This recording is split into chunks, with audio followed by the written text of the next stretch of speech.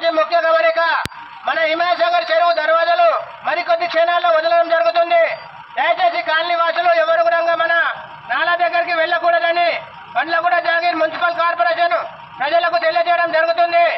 దయచేసి ఎవరు కూడా నాలా దగ్గరికి వెళ్ళకూడదు, చిన్నపిల్లలు కానీ పెద్దవాళ్ళు కానీ.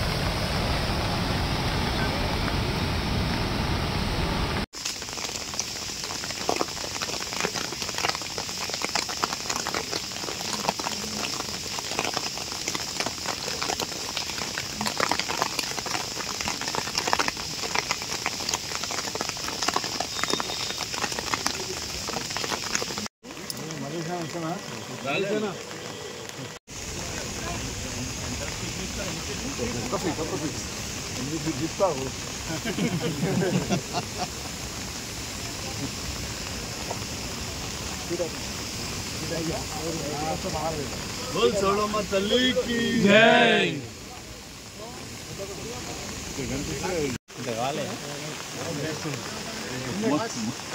మొత్తం పరువు మీరే చూస్తున్నట్టు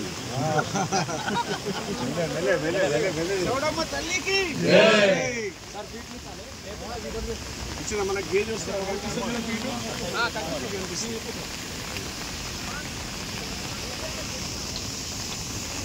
ఎప్పుడు స్టార్ట్ అయ్యింది అప్పుడే స్టార్ట్ అయ్యింది.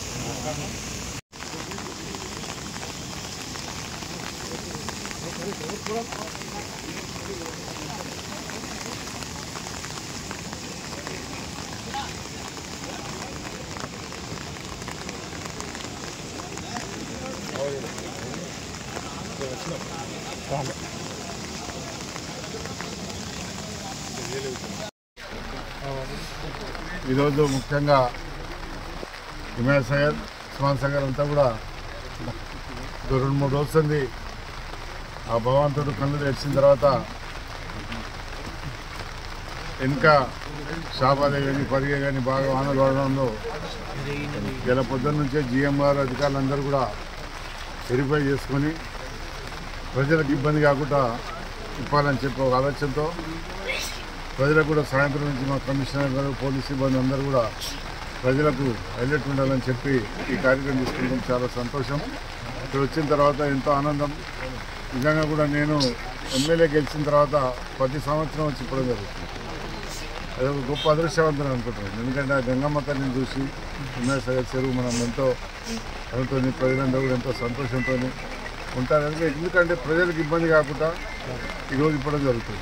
ఒకటే ఇప్పితే ప్రజలకు కూడా ఇబ్బంది అవుతుంది. ఎందుకంటే కొంతమంది తెలిసి కొంతమంది ఇల్లు కట్టుకున్నారు, అలాంటి వాళ్ళకి ఇబ్బంది అవుతుంది. ముఖ్యమంత్రి గారు ఒకటే చెప్పినారు, ప్రజలకు ఇబ్బంది కాకుండా చూసే బాధ్యత తీసుకురావాలి ముఖ్యమంత్రి గారు, మా మంత్రి గారు, జిల్లా మంత్రి ప్రభాకర్ గారు, శ్రీధర్ బాబు గారు, వీళ్ళందరూ కూడా మీరు ఎప్పటికప్పుడు చెరువును చూస్తున్నారు, ప్రజలకు ఇబ్బంది కాకుండా చూడాలని చెప్పి చూసినందుకు చాలా ఆనందం.